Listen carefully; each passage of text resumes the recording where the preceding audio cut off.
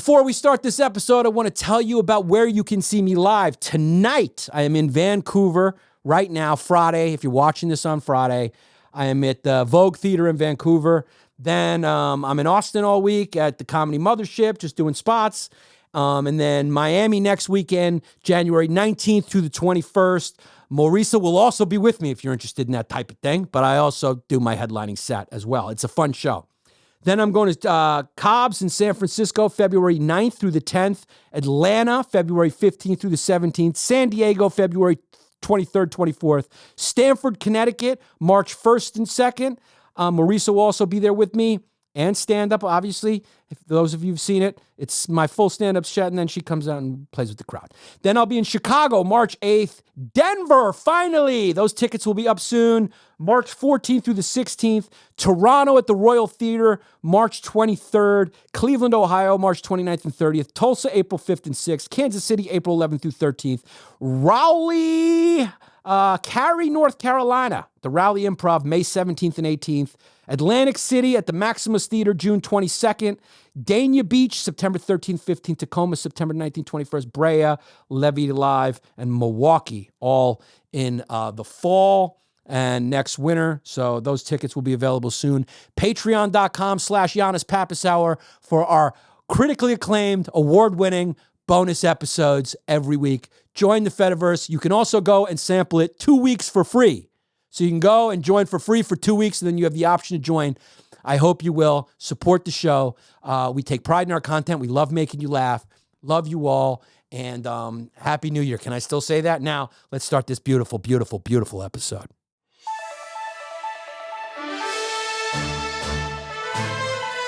What's up, everybody? It's Yanni Papi, and we are doing another episode of the Giannis Pappas Hour for your enjoyment.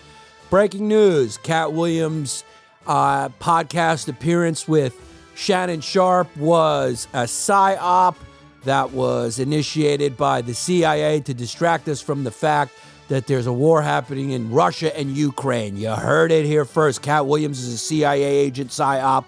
The earth is flat. We didn't land on the moon. And other things that even if they didn't happen, why are you wasting time with it? It seems like a waste of time. It seems like you got too much time on your hands. It seems like you need medication. The Golden Globes happened, and guess what? The ratings were up a little bit. People were interested. That just lets you know how many Filipinos there are now in America. Finally, Filipinos have some representation, and they aren't just physical therapists and nurses. There's also one who's a comedian who represents them all, and his name is Joe Koy, and he's the sweetest guy in the world. And he dated Chelsea Handler for a little bit. So he thought, according to him, it seemed like he didn't think the monologue was going good. Me and Jesse, comedy experts, we went and reviewed the Epstein tape of it, and it seemed like he was doing fine. He just wasn't delivering them with confidence because he was scared probably of losing good favor with these absolute psychopaths in the audience. You got to go there and you got to be mean. They deserve it. That's what the public wants to want. What they want to see is privileged people get roasted, but mean, not good-hearted roasts like Tay-Tay. We're not going to have cutaways. Talk about something else. Talk about how she's a white supremacist. Go hard. Joe Koy, deliver with more confidence. The irony is he was representing Asians in being the first Filipino to host the Golden Globes. Why is there 2 award shows, by the way? To host the Golden Globes. He was representing them, and then he fulfilled the stereotype by being a meek Asian. Be more American. Deliver it with some confidence like Dave Chappelle, who's talking to you like he's Martin Luther King. Can Dave Chappelle stop acting like he's Jesus? I'm sick of the fucking noir, cigarette smoke coming out, the pauses. We're there for the jokes. Your last special wasn't that great.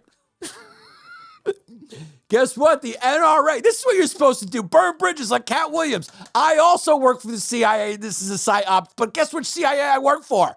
The Filipino CIA. They hired diverse agents in the field, and I can speak Filipino. Pakati, pakati, pakati.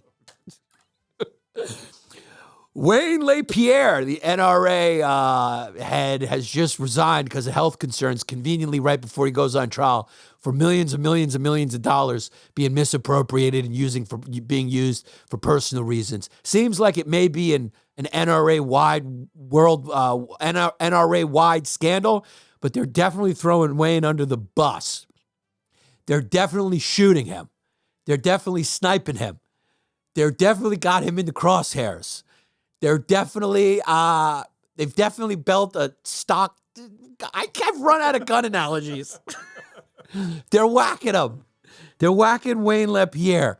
The irony. Trump says he could have solved the Civil War with a negotiation. Well, he didn't say he could have solved it in those words. He said the Civil War could have been negotiated. It could have been solved with a negotiation. I am filling in what was going on in his brain, going, you see, if they didn't steal the election from me, the Civil War would have never happened. Not only the Israel and Palestinian conflict would have never happened, and the Russia-Ukraine war would have never happened if they didn't steal the election. But guess what? I would have went back in time and stopped the Civil War. That's what he's talking about. We're going to talk about Bitcoin. We thought it was going to be some good news, but it's actually some bad news. It hasn't been regulated. As it's turned out, now 76% of all cryptocurrency companies have turned out to be a scam. Why is that? We will talk about it. And Tiger Woods has left Nike finally because he's getting older. And you know what? He's left Nike to go with New Balance to endorse a certain insert orthotic for people who are in their 50s and 60s. This is the Giannis Pappas Hour, where news meets truth. And truth meets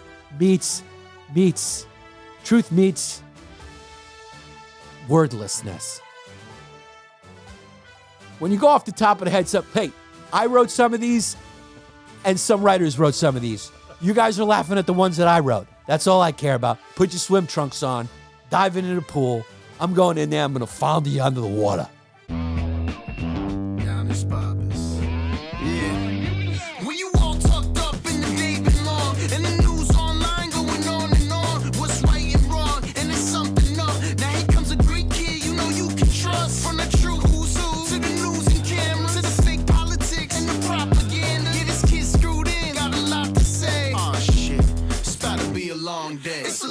Hey, listen, if something doesn't work that I say, just know it was written by writers.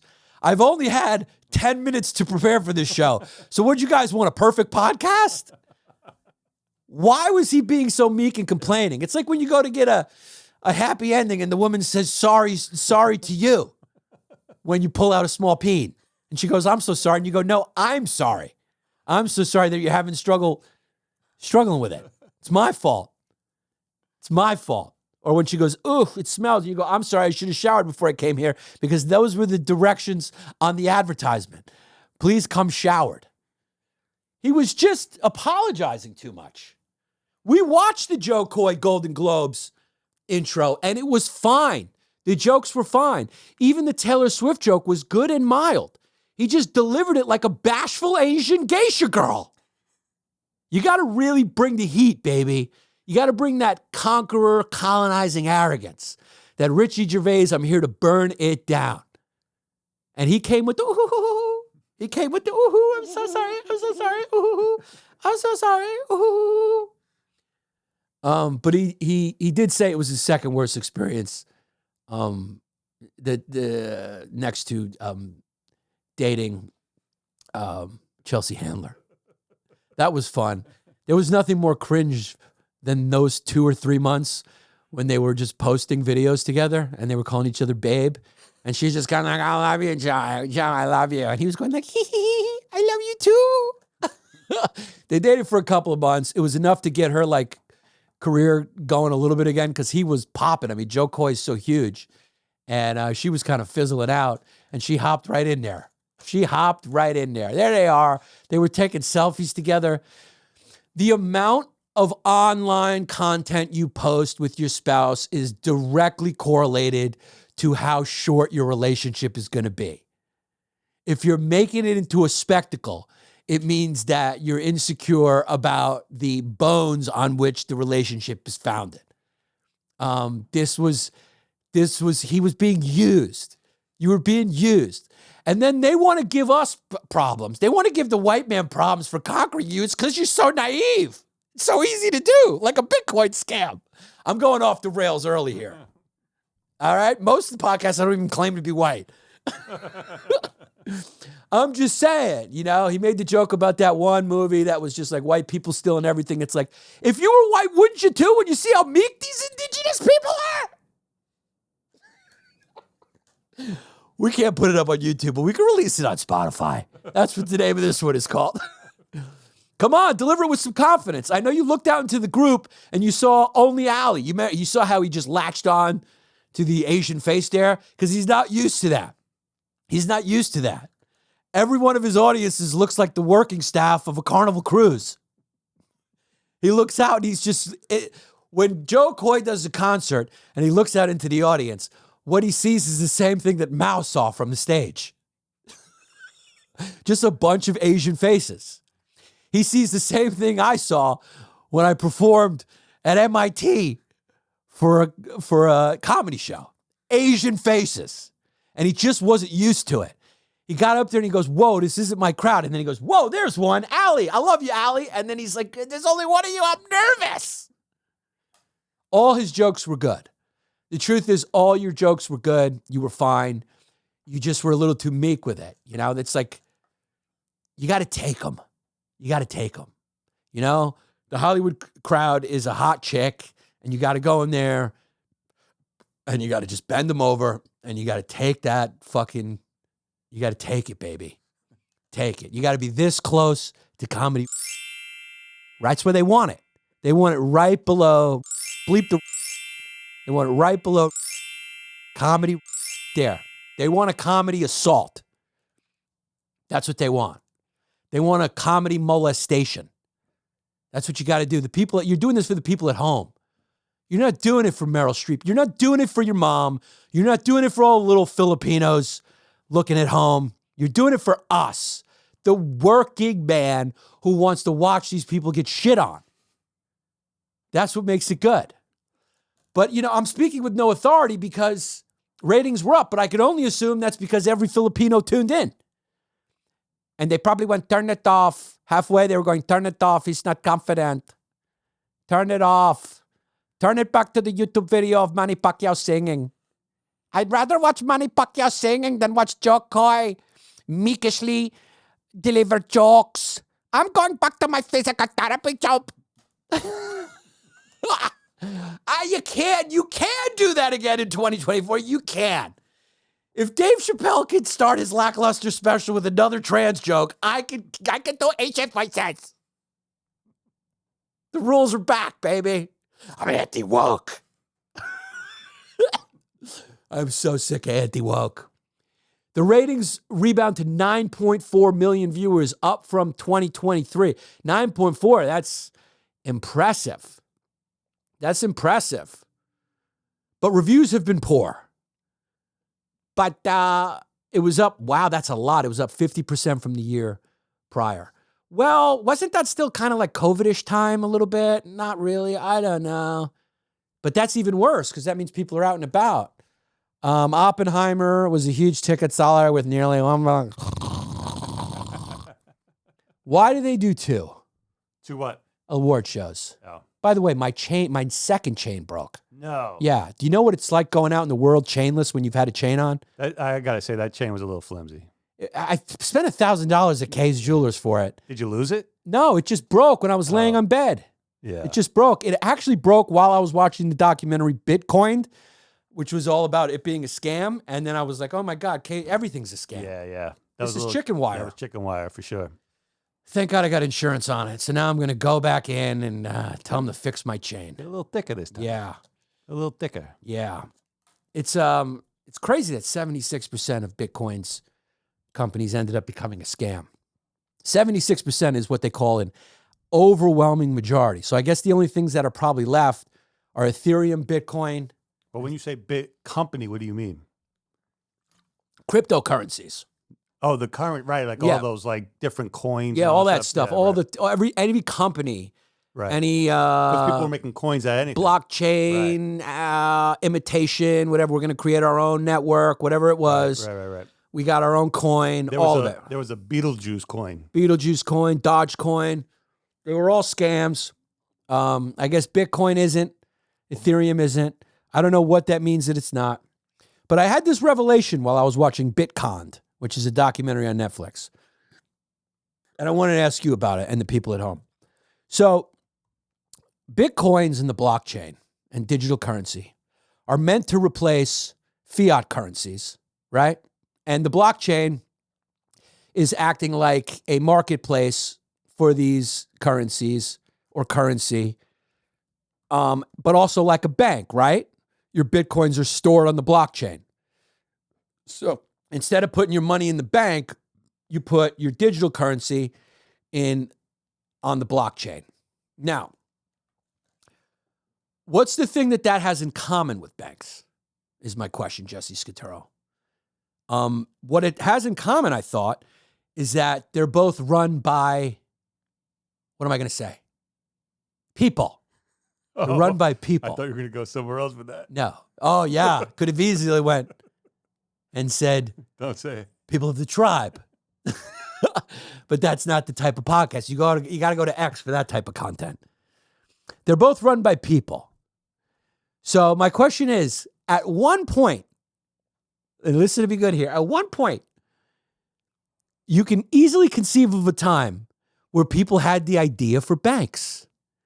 And they went, this is amazing. Okay? I keep all my coins, all my chickens that I traded for lobsters, they keep getting stolen. I need to open up a chicken, Roman street vendor. You know, they had street vendors in the Roman times. I need to open up a meat vendor stand, but I don't have enough coins.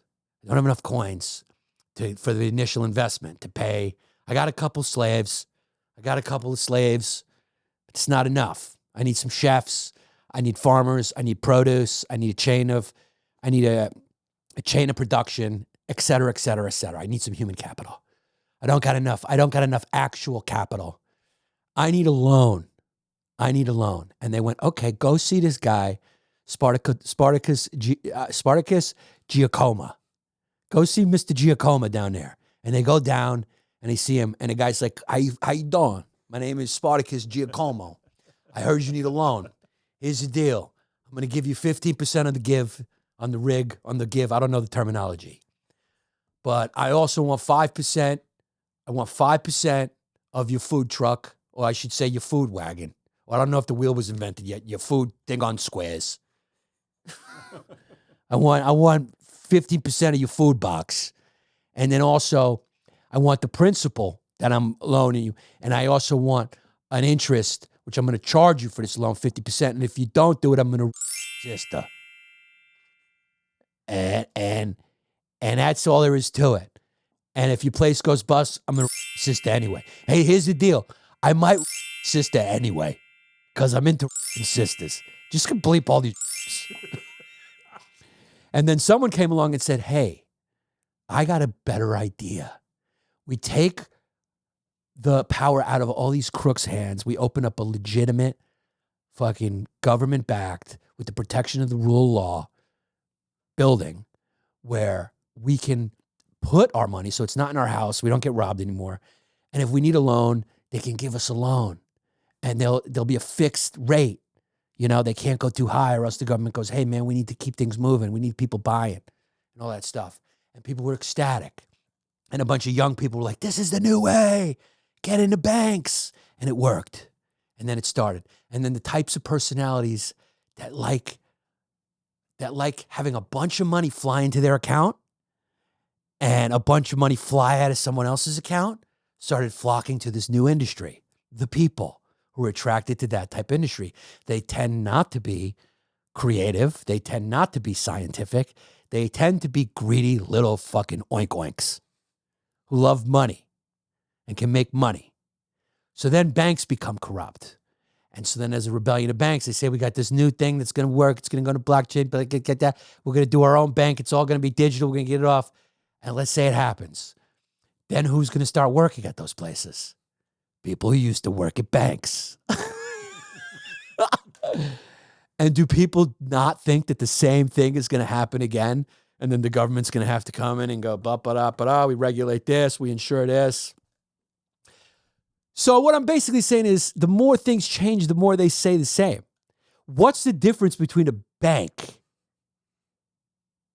and a fiat currency and a digital currency and a blockchain? Now, I know there's a bunch of finger sniffers or fake finger sniffers in the comments right now going, Yanni, you don't understand. But here's the thing. If I don't understand it, that's not a good sign because it's not trigonometry. It's not supposed to be something complicated. See, the fiat currency, I fully understand. I understand inflation. I understand production. I understand why certain currencies are the universal currency of the globe because it's from the most stable economy and it has the most value because the economy is stable and investments with those in that country is stable, et cetera, et cetera. That currency is stable because that economy is stable because that country is politically stable. I get it. It's very easy to understand. That's what you want. That's what it should be. If you need to yell at me in the comments and say you don't understand, don't you see that you don't understand that right there is a problem, okay? Because until I start getting paid in Bitcoin, meaning I do work and the Bitcoin goes into my account and I can spend that Bitcoin just like I do fucking Washingtons, then I don't understand. Because as long as I got to spend my Washingtons on the Bitcoins and then those Bitcoins can actually become worth less Washingtons, depending on how many people buy the Bitcoins, I'm confused. I am thoroughly confused and I have a few questions.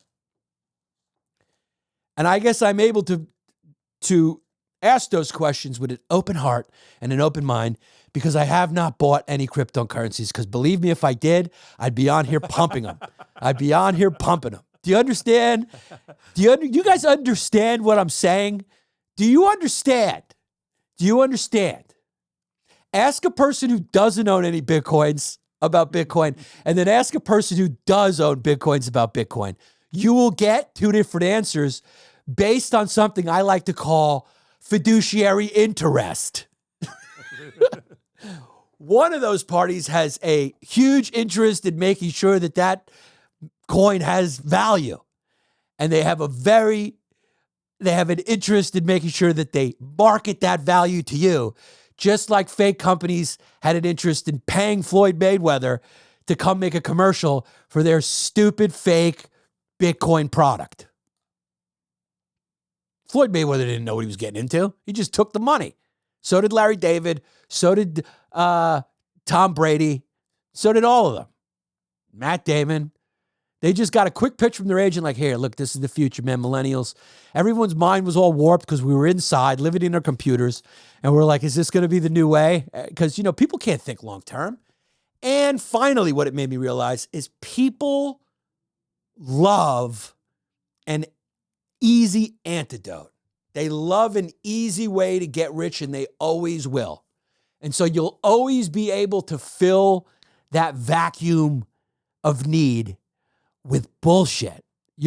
People will always want to believe that they can get rich if you pitch to them that you have a way to get rich. Now, will Bitcoin become a thing? I'm not saying it won't. I'll tell you when it will be a thing.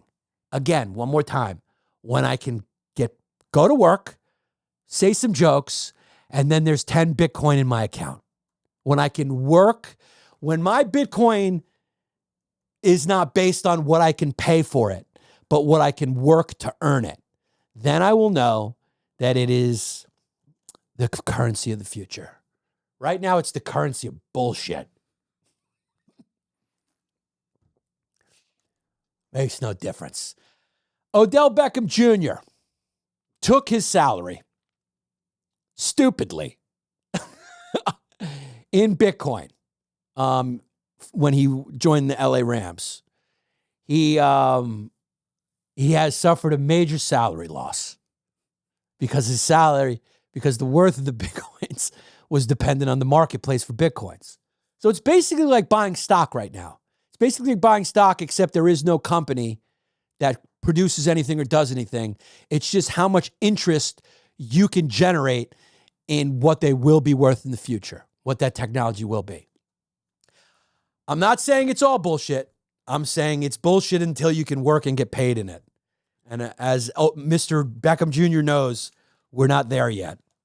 Anyway, I found that documentary very fascinating because this guy, Bitconned, just keeps talking about how easy it was. And just money was just flying in.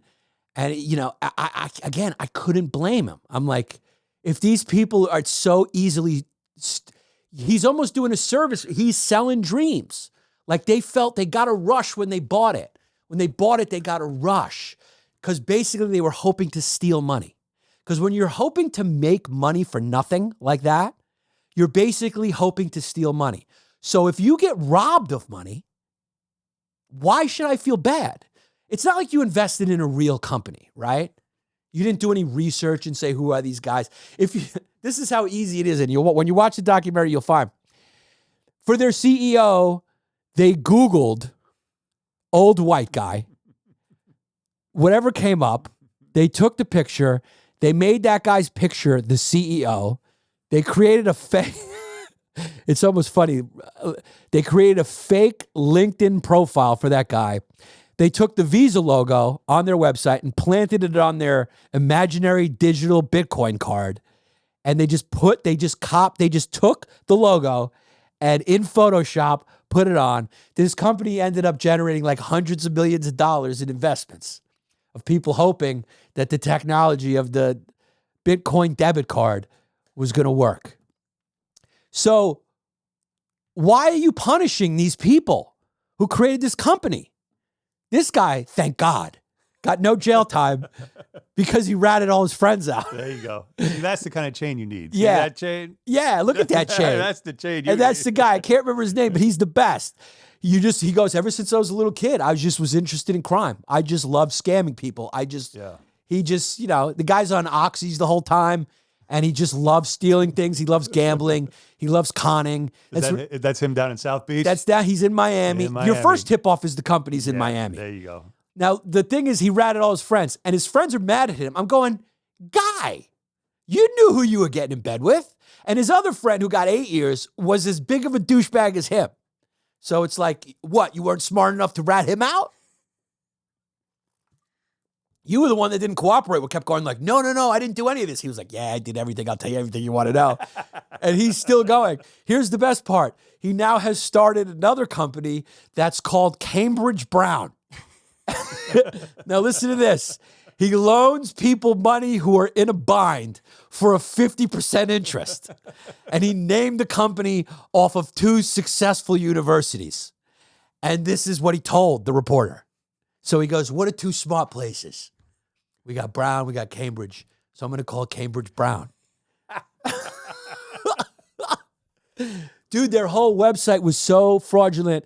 And my point was before, it was so easy. Before you dumped your money into this company, do you know how easy it was to do a little research and find out that it was fugazi, that it was foo-foo? All you had to do was call Visa and go, do you have a deal with Senna or whatever it was called? What was the company called? Whatever it was called. Yeah. Or do you have a deal? Guess what happened? One reporter from the New York Times, who, by the way, said that everyone at the New York Times made fun of crypto, saying it was never going to be a thing. And he's going, I don't know, but a lot of people are falling for this. So he was the only one on the beat. So he decided to pursue this story. It's so funny. He calls them up and they're like, yeah, come take pictures of us. They never ask him what kind of article he's writing. They just invite him in. And the guy's going like, I couldn't believe it. He was like, I told the photographers to rush over there, get the photos immediately before they started fucking being a little smarter. He's on the phone with them, asking them questions. And the guy's going like, listen, I can't really, I don't know the full detail. Listen. And then the best part is when it got found out by the reporter that their CEO didn't exist, that it was a fraudulent person. What they did, you're going to love this. They made up a story that the guy died in a car crash. Okay? So they killed an imaginary guy At the end, the SEC regulator guy is funny. He goes, the thing that boggles my mind the most about this is how these guys thought they weren't going to get caught with it. Like, this stuff was so stupid. And then you go, like, they were able to make millions and millions. And then I go, so what is it about this that humans fall so? And it made me realize, and you see it, this whole era, my industry included, people are going to be found out. Everyone's going to be found out. Just like our good friend, Eric Adams in New York, whose book is full of frauds. People are going to find out that nobody had their pulse on the zeitgeist of America now more than Tim Dillon himself when he came up with fake business. He was right, dude. Everything out there right now since our faculties since our faculties left and went to China, since their factories left and went to China, it just increasingly became more and more and more fugazi, more foo-foo, more foo-foo, more foo-foo. That fake business thing, he just nailed it. He nailed what's going on in the world. And a lot of people are going to start, with their fake marketing scams and their lies. It's just it's all going to come out now because now people are getting a taste for it. Like I predicted on the Giannis pep stuff. They're getting a taste. They're getting a little taste. So now this is now becoming content. And this isn't taking people down who said something.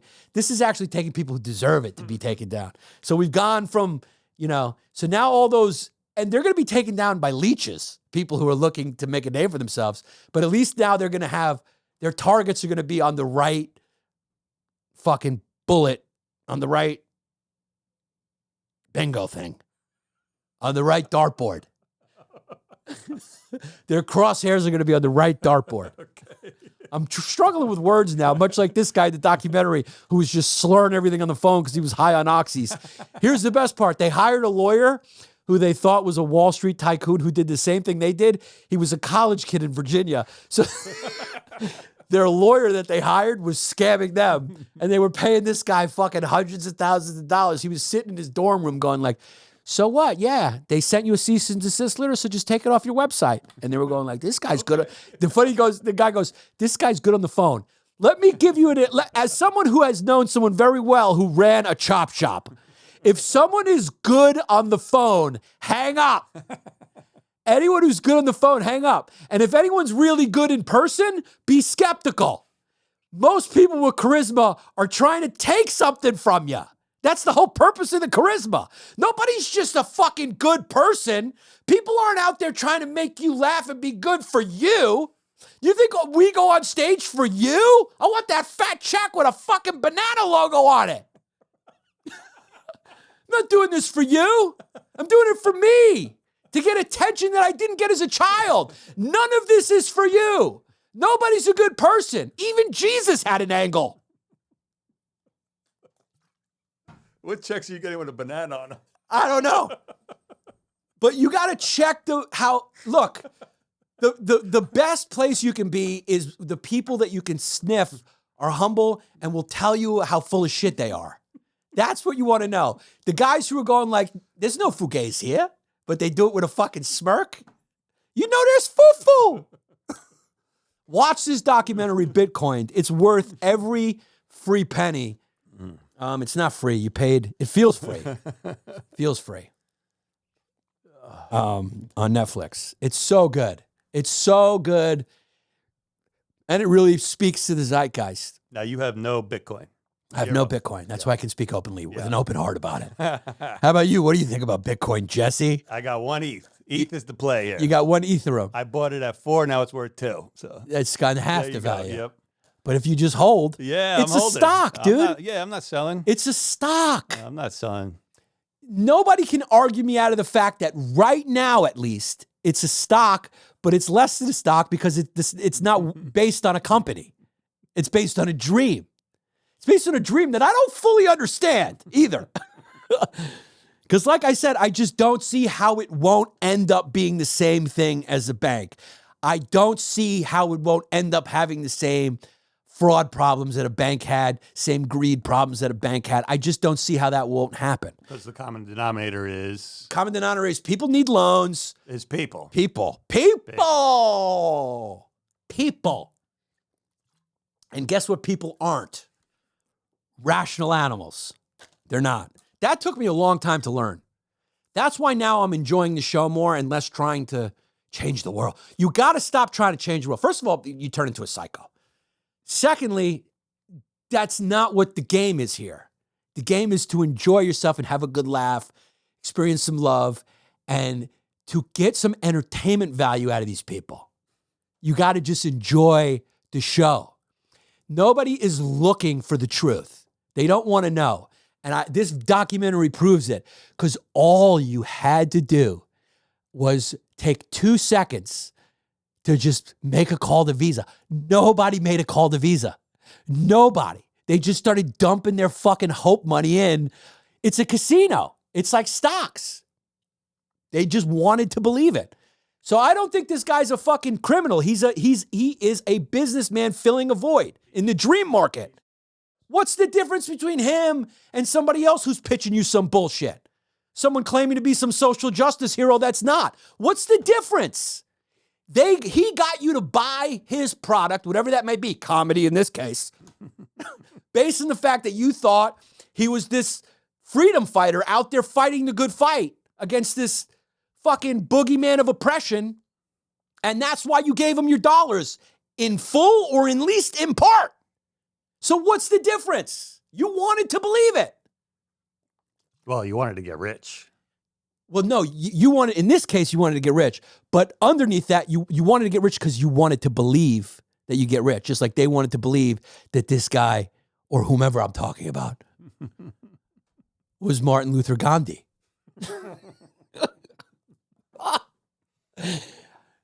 I don't begrudge any of these guys, dude. I know a lot of people are saying, like, why are you hating? The opposite. I'm enjoying. My point is, if people still want it, they should. What's the difference between them and a magician? What's the difference? When the black kids run around in circles and go, I can't believe what I just saw. We know it wasn't magic, but they're like, I can't believe it. Even I run around in circles.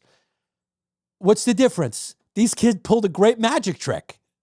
It's just a lot of people lost their money. They made a lot of money disappear. There's another guy in the documentary who's like this former military guy who admits it. He's like, oh, serious. And he, like, once he found out it was a scam, he started targeting. He's like, I want them all. And then he finds out this guy got no time, and he like starts to cry. And he gets up from his seat. He's like, I need a second. And I just started laughing. I just started hysterically laughing. Then he sits back down. He goes, doesn't seem fair. You know, he's one of these guys. Yeah. Doesn't seem fair. And I'm going, you admitted at the beginning of the documentary, you wanted to get wealthy. You had dreams of traveling the world. Was it not at least worth it for how that felt? The rush you got when you saw the fucking money going up, when you saw how many millions they got. Didn't you feel like, I'm in early, I'm the guy, this is going to be the new PayPal?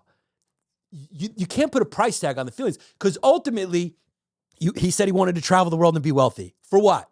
For a good feeling. He wanted to bang hot chicks. What do you want to do that? To feel good. So at the end of the story, everyone is selling good feelings. This guy, this douchebag from Jersey, gave you that good feeling for a little while. He never said it was going to last. He just gave you the good feeling, and you had the good feeling.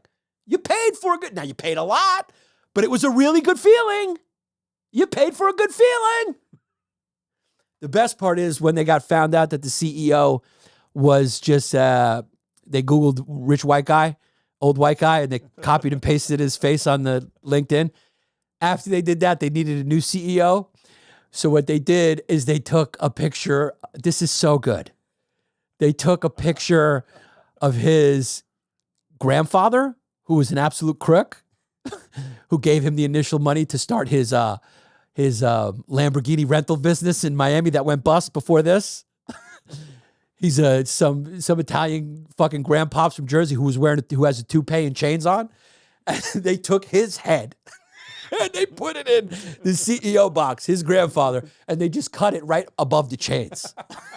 So it's just an old guy with a toupee, but you can tell he's a ginzoid. I mean, you can look at him and just tell that the guy can't spell definitely. Right. You could smell the garlic. You can smell the garlic. And then the one guy goes, the military guy goes, finally the guy who had big dreams decided to do a little due diligence. And he went, this is the best part.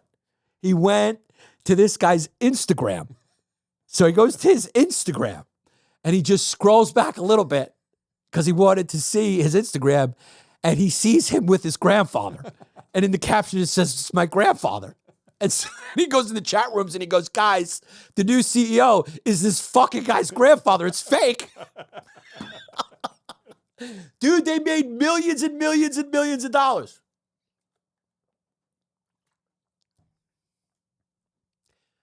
Excellence ain't fair, and people ain't looking for excellence. They want to be conned. I support him. I support the person I was alluding to before. I support every single one of you to continue what you're doing because it's full-blown entertainment. It's what people want. You're doing nothing wrong. You're providing a service. You're giving them hope and good feelings. That's all I have. I'm giving you bad feelings. Can we just call this podcast Busted Bubbles? Yeah. Too much reality. Stop, Yanni. I want to live in a world where Trump could have stopped the Civil War from now. I want to live in that world. You got to love this guy, dude. This is how Joe Koy should have performed at the Golden Globes with full confidence. Donald Trump is so confident. He says if the election wasn't stolen, he hired a guy to research if the election was stolen. The guy that he hired said it wasn't. He's still saying it was stolen. How much fucking confidence do you got to have to just see what you want to see? He said, look, if I would have been elected, Russia and Ukraine wouldn't have happened. When they asked him about Israel and Palestine, he goes, look, I don't want to talk bad about nobody, but if I was in office, the whole thing wouldn't have happened. I neutered Iran. I neutered him. I had him begging on the floor. None of it would have happened. And then he goes, you know what? I'm going to go even further. The Civil War could have been negotiated. And you know he was implying in his mind, if I was there, I would have stopped it. Make a deal. Make a deal. Yeah. The guy couldn't get a fucking university to work, but he would have stopped the Civil War. He couldn't get his casinos in Atlantic City to work, but he would have stopped the Civil War. He couldn't have got his fucking board game to work, but he would have stopped the Civil War. He couldn't have got any of his businesses to work until his dad bailed him out from all his fucking failures, especially at the beginning. But he was going to stop the Civil War. Nothing was going to stop the Civil War. Because if there's one thing Southerners like more than their fucking sweet potato pie, it's slaves.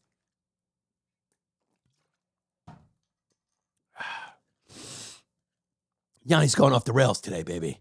That's because I knew I had to give you a little kick in the fucking butt for that shitty last episode I gave you.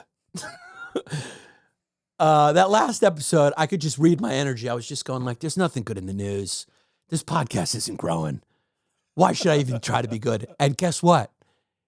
It got the most views. I don't understand how this internet game works, baby. Because we gave you hit after hit after hit. Great episode after great episode. They would do 14,000, 15,000. This one's already at 17,000, and we filmed this at the beginning of the week. So this is going to keep going. And I think it was the worst episode I've ever done. So I shouldn't be doing this right now because I think this is going great. Yeah, you're pulling the Joe Koy. I'm pulling the Joe Koy. So anyway, more frauds have been unmasked. One of which is one of our favorites, Eric Adams. As it turns out, this is Sean Terry reporting for you. Reporting to you from Ozone Park. I moved my family here from Corona, Queens when that neighborhood got too fucking Dominican. So I said, I'm out of there. Okay? I'm fucking out of there. I want to live around fucking white faces, and you know what I'm talking about. Italians. I want to be in an Italian neighborhood, and that's it. I don't want to look around and see any... Bleep all this. This is Sean Terry. I fucking moved to Ozone Park. I live in Howard Beach and Ozone Park. How can I live in two neighborhoods at the same time? Because I'm a comedy character, and I wanted to combine those fucking two neighborhoods for emphasis on how fucking Italian I wanted to make that fucking place. That's where I live, and I'm reporting with this next local news story that our fucking mayor, I can't believe I lived to see the day that we had one of those in the White House and one of those in the fucking state capitol. Is he in the fucking state capitol? Because that would be bad. No, I think he's fucking City Hall. Same fucking difference. Because the fucking leader of New York is basically the fucking leader. You think we care about fucking Karen Homolka or whatever her fucking name is who's running the state? Nobody cares about fucking Buffalo. Nobody cares about what's fucking going on in Woodstock, New York. Nobody cares about what's going on in fucking Poughkeepsie or fucking Kingston, New York. The mayor is the fucking governor of New York. And somehow we got a fucking guy in there who doesn't live in my neighborhood. And lo and behold, he turns out to be a fucking criminal. Who would have told me? All I am is just a firefighter from Queens, New York. I don't fucking know. So how did I know the fucking spread on the Jets the other day? And I won $500. I fucking know things. I could have told you a million miles from here that this guy was a fucking huckster. He was a fraud. He was going to all these fucking nightclubs. Anyone that dresses like that, that's not a fucking mayor's salary. That he's fucking paying the Turkish. He's getting money from these fucking Turkish commies over there. We got a big fucking problem over there. And we're going to storm that fucking building too. We're fucking storming it. Get your fucking Make America hat on and we're fucking storming City Hall. And we're getting this fucking mayor. Because as it turns out, he read a book. I was fucking enjoying the book, too. I was reading the fucking book. I was like, this isn't fucking bad. I bet you had a Jewish writer. Because ain't nobody fucking can write like that. So I'm reading this fucking book. All right? And it turns out somebody did a little research. And there was a near-miss school shooting incident described in his book that didn't happen. He also admits a lot of other instances of things that didn't happen, including a confrontation with a neighbor. And he changes his story about being beaten up by the police. Didn't happen. Of course it didn't happen. Never fucking happens. When it happens, they deserve it. Stop resisting. Stop fucking resisting. You saw it. It's on video. Do what the officer acts. Do what the officer acts. It wasn't me. That was Sean Terry from Ozone Park. You're still doing the voice. And Howard Beach. Oh. That wasn't me. That was a character I played called Racist Firefighter, Small-Minded Firefighter from Ozone Park and Howard Beach at the same time. Firefighter from Queens, New York, ladder 14, Sean Terry. Thank you. Scene. And scene. And scene.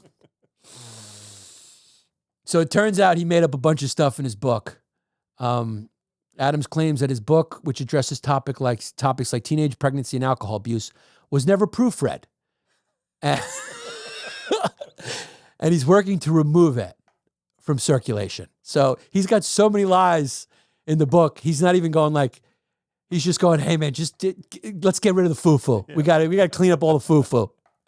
There's too much foo-foo. Yeah. Foo-foo means fugazi. It's short for fugazi. So there's too much, and fugazi means bullshit. Lies, scams, fake, fugazi. Eric Adams is a fucking fraud. He's like, fuck it, I'm mayor now. Just get rid of it. It's just fucking, he's removing the book altogether from circulation. Yeah. Because he just wants to get, before they find all the other lies. Well, you saw what happened at Santos. Dude, yeah, I mean, all you got to do now is get the people hyped, tell them something. You just tell them something. It's all sales, dude. It's all sales. And then where these people make their mistake is they get so arrogant. They have such a good idea. They see, usually the people that do this are the ones that love fame. People who want to get really big. It's very important to them to get very big. That's their goal. They want power. They want fame. They want a lot of money. Those people, more than money though, I'd say fame. I've noticed it's power and fame. Those people will do anything. They just, because they're blind, they got the blinders on and they want it, right? And the road is paved with lies. The road to fame is paved with lies. A version of yourself. You know, you got to become greater and bigger than who you are. That's why all these leaders have statues built to themselves. It's all marketing. It's all to keep this illusion. That's why the Pharaoh started the rumor that he was part God. People believed it. Can you believe? People believe you can make people believe things that are clearly bullshit very easily. The Virgin Queen, she did that. It was marketing. You know, Queen Elizabeth, I'm a virgin. I'm dedicated. I'm married to England. Fucking using, you know, the former Catholic beliefs of that country, making her, you know, marketing herself as the Virgin Mary. She's holy. She's pure. It's fucking brilliant. She was I mean, who wouldn't be fucking? She was bringing guys in. Girl with that much power, she wanted to be spit. There was guys spitting in her mouth like this, and going like, "You sure you're not going to cut my head off?" And she's like, "I need you to spit in my mouth again," because she needed to balance herself out. There's no way she was having dominating sex. There's no way. We know that. We did a slaver size video. The people who go to see these BSM people, what are they? Dominatrix? Yeah, the people who go to see dominatrixes, they're never like, you're never going to see a fucking bus driver come in there and go step on my balls. There's no bus drivers. Remember who we saw? Who? Remember that firefighter came in? I don't remember. You don't remember that? No, did he have a mask on like the other guy? Yeah, he put a mask on. No, he wasn't a firefighter. That little guy with the mask? Yeah, yes, he was. Was he? Yeah. All right, well, they got good benefits. Why are you throwing a wrench in my fucking story? I'm sorry. I'll cut that out. Let's cut that Yeah, out. cut that out. No, leave it in. Start over. No, we're not. We don't market here. That's why we don't grow. There's no rule without an exception, as the ancient Greeks would say. Usually it's rich people. CEOs that want to, usually a Japanese business guy wants you to stomp on his balls and force feed him shit from your ass. The human brain is fucking wild. Oh, you remember that story she told about the Japanese guy he laid eggs? Yes, tell the story again. Yeah, he wanted. This is a true story. He walked around the room and he wanted to be a chicken and he put an egg up his ass. And he would lay them in various parts around the, and he wanted her to praise. He wanted. So this dominatrix, we filmed this video years ago called Slaver Size. This chick wanted to make an exercise dominatrix video. And we filmed it, and we saw some of the funniest stuff we've ever seen. And she told us the story of one client she had, one of the dominatrix. There was like 2 or 3 of them there. One of them said she had this Japanese client. All he wanted to do was dress up like a chicken, stuff eggs up his ass, and then lay them in various areas around the apartment. And he wanted her to praise him for being a good little boy and laying eggs. Ooh, what a big egg you Yeah, laid. what a big egg. And he loved it. So you tell me what's going on. You know what the funniest part about that? And then that guy fucking got up, put his clothes on, which was probably a $3,000 suit, and just walked out with a confident walk out of that building and right back up to his company and said good morning to his secretary. Fired like 10,000 people. Yeah, nobody in that office knows that the guy just had eggs in his ass. Now, Wayne LaPierre has been a bad boy. The NRA. Who would have thought? Who would have thought the NRA would be misusing millions of dollars for personal expenses? So it seems like the only one person is going to trial over this. It's the former CEO, Wayne LaPierre.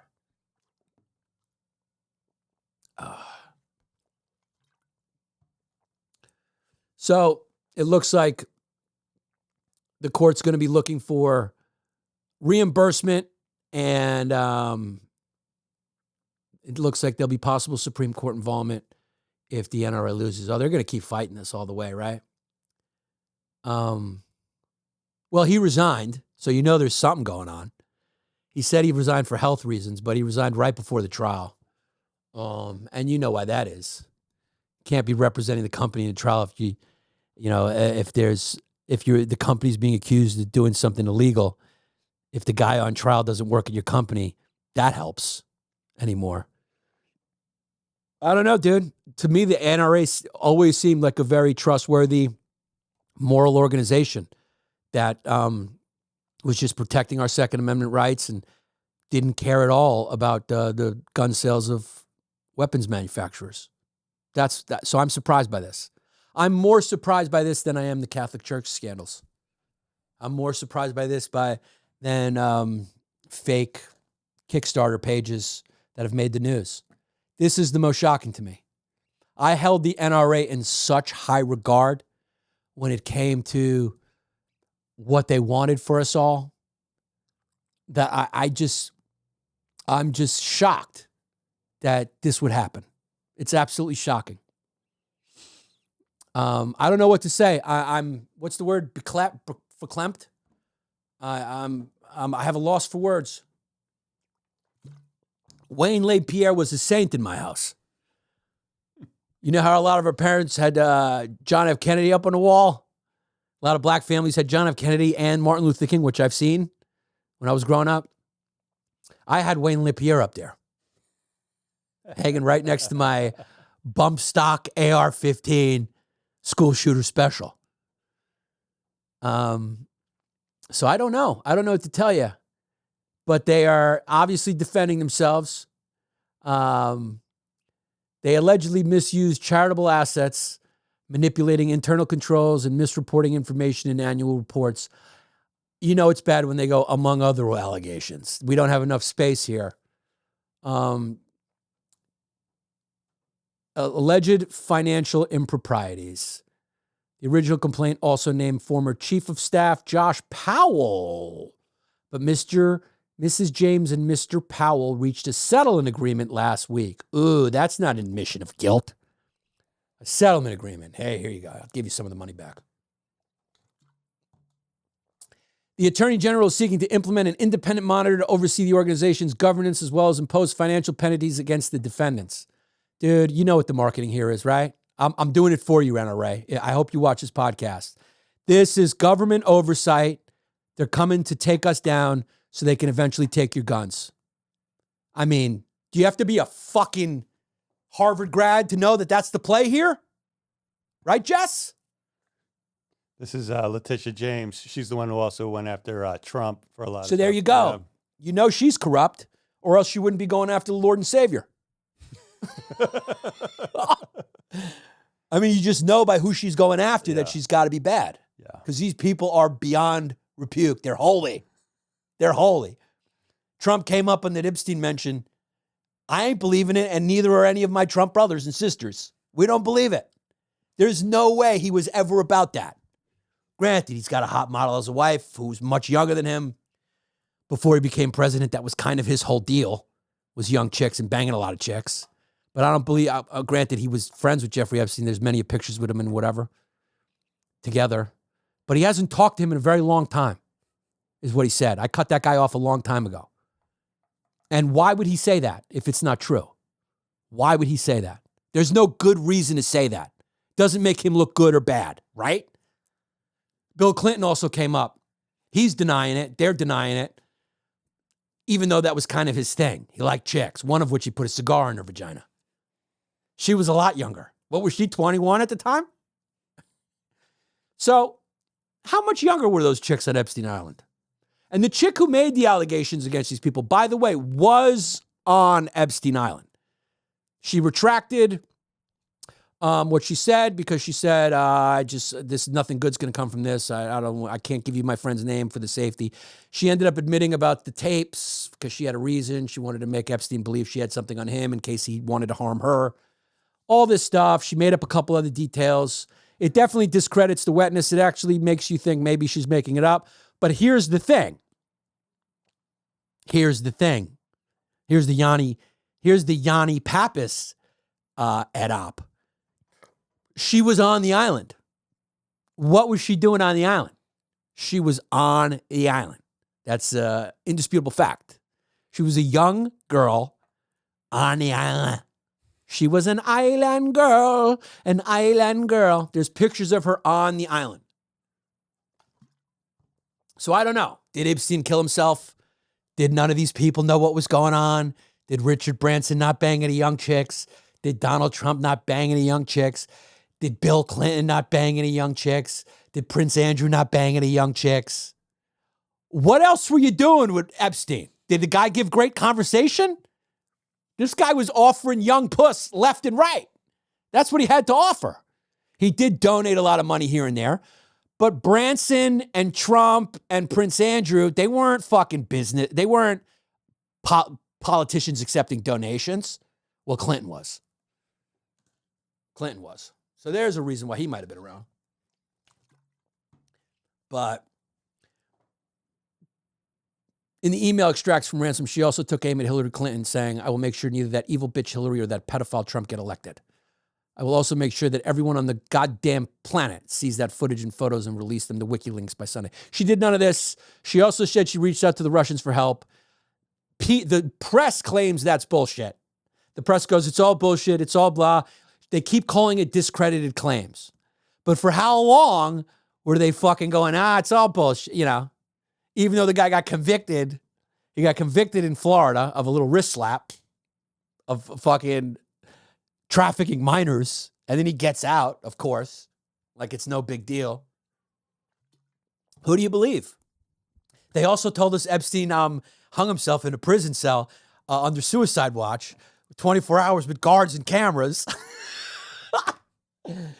You know, I mean, what are we doing here? Who's buying this Bitcoin? She was on the island.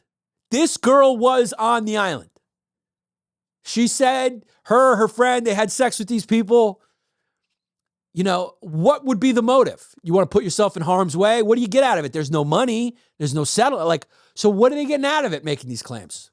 I can certainly understand why they may get scared and retract them. I can certainly understand why the press, where you might have a lot of friends and allies and fears, and maybe they also did some things wrong, and bosses who did things who go, hey, we don't want to fucking, I mean, there's a lot of people that went to that island who are very important to society.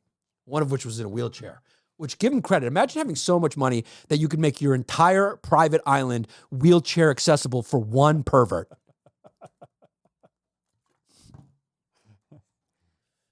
So my question is, like, why would they make it up? I'm just asking common sense, street smarts questions that a lot of people don't seem to have anymore. Common sense. I'm asking you a question, Jess. What would be some potential reasons why she would make it up? She just wants attention? Who wants this type of attention, though? Who wants to go? There's another accuser who said, I was quiet. I kept quiet. I didn't want to say anything. But then I had children, and then I had to step forward because I thought I couldn't live in a world knowing there was another Jane Doe or whatever you call them, another testimony from another one of these girls. Supposedly there's a lot of girls. I can understand why a lot of girls would want to keep quiet. Were they getting paid? These girls getting paid? They were getting paid what? I'm just As curious. 16-year-olds to give hand jobs or I don't know. fuck? Why? How did they get down on the island? They got flown down there. And he took them in? Epstein conned them into it?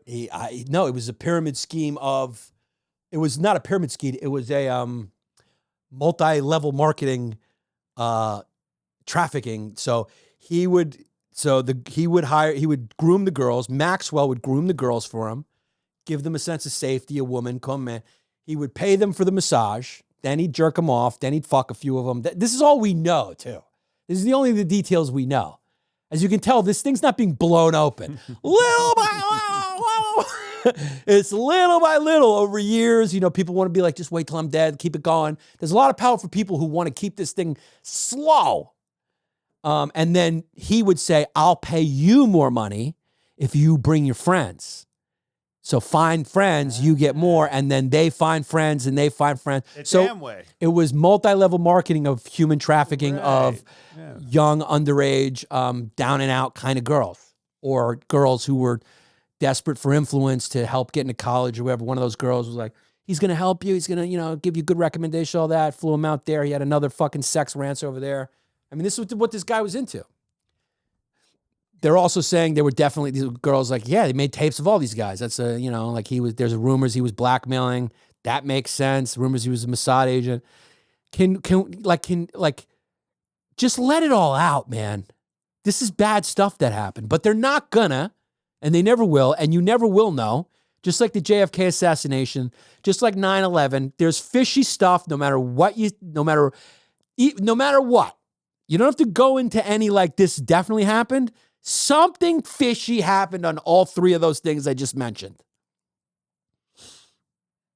But it'll never come out because powerful people keep this shit under wraps. We were talking, Ghislaine Maxwell's in prison right now. Why is nobody going to talk to her? Why is nobody making any deals with her? Tell us what you know, and at least you'll get a window or something like that. Like, talk. Yeah. Where is she? She's alive. They're not talking to her? Nobody wants to say anything to her? Why is she being kept from us? Can't we at least flog her or give her a walk of shame and throw things at her? Like Queen Circe? It's unbelievable. She's in Florida. She's in Florida in federal prison. Hello? She's serving 20 years there for luring and grooming teenage girls. Can we ask her a few questions? When's that book coming out? When's this book coming out? How come nobody's going to interview? How come fucking legal people aren't going to find out who the fuck else was in this thing? They're not like acting quick to find out who did what. And of course, there's a reason why. And the reason why is because nothing happened. It was just a networking getaway. And this was all a setup. It's all a setup. The world's a good place, full of many good people. And invest in Bitcoin because it is the currency of the future, and the future is now. Want to give a shout out to exclusiveautoshipping.com. If you're moving your car out of state or you bought your car out of state, go to exclusiveautoshipping.com. Student and military discount supply. Talk to our boy Jared Z. He'll move that car for you. Getting a divorce? Need to move? Want to get the car out? Call Jared Z. Disappear with the car before she can take it. Chris Minetti, 215-750-3730 is the phone number. The location is Philadelphia and South Jersey. We all hope Chris Minetti's still with us. I haven't heard from him in a while. There's no comments or anything. His credit card still works. But he, who knows what they know. I didn't say anything. I just read the ads. But I will tell you, if you want your check to be cashed, Minetti Financial Services will cash your business check in the Philadelphia, South Jersey area at an undisclosed location. For the free .art, music in Hawaii. DisplayPros.net, they build your custom trade booths, retail fixtures, and promotional items.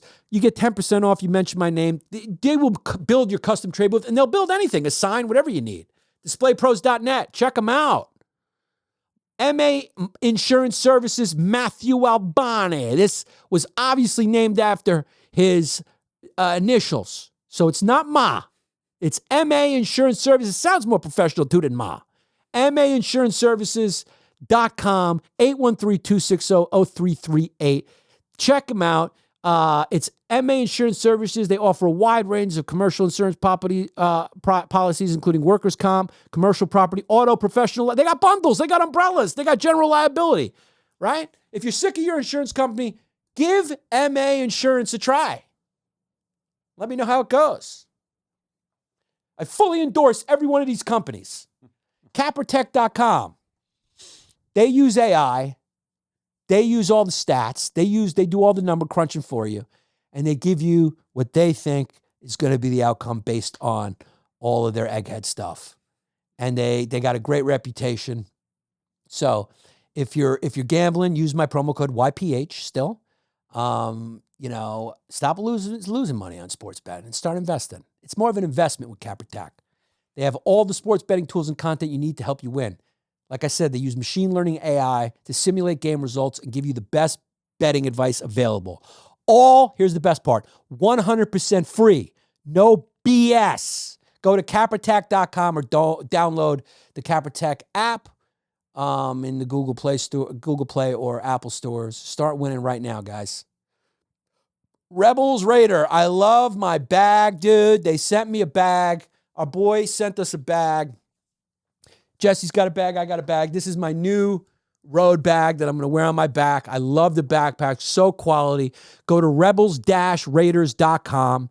Pick up your tactical gear, your bags, whatever. Backpacks, packs for everyday carry, hiking, trail running, training, all that stuff. Love this product.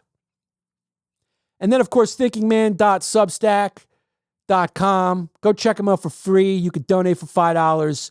It's a newsletter that publishes articles, essays, and thoughts on things like movies, pop culture, and politics. I went and checked it out. It's very nice. I read a couple of the articles. Very nice. You got to keep writing, though. There's only a few up there, but I love it. So go to @thinkingman or search the link thinkingman.substack.com.